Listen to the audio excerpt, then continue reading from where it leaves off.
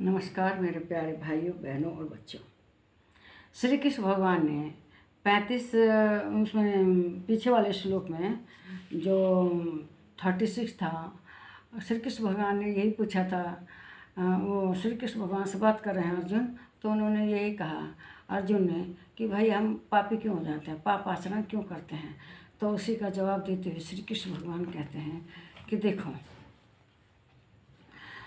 काम, एष क्रोध, एष रजोगुण समुद्भय महाशनो महापप्पा विधेन मिहि वेरिण्यम। वे कहते हैं कि रजोगुण से जिससे गुस्सा उस्सा आता है उत्पन्न हुआ यह काम और क्रोध, यह बहुत ही खाने वाला अर्थात भोगों से कभी न अधिकाने वाला और बड़ा पापी है। इसको ही तो इस विषय में बैरी जान। मतलब मनुष्य को पापी कौन होना, पापी उसकी काम माने इच्छाएं। इस इच्छा की भूख इतनी है आदमी के अंदर, उसकी इच्छाएं पूर्ति होती जाती है, उसकी और भावना बढ़ जाती है और चाहता है ये भी हो जाए वो भी हो जाए सब उसमें। तो जब उसकी इच्छाएं पूरी नहीं होती तो उसे क्रोध आता है और यही क्रोध उसे पापी बना देता है। तो श्री कृष्ण भगवान यही कहते हैं, श्री कृष्ण भगवान में उनको यही बताते हैं कि जो शैतान है, शैतान हमेशा पाप के लिए आदमी को उत्प्रेरित करता है।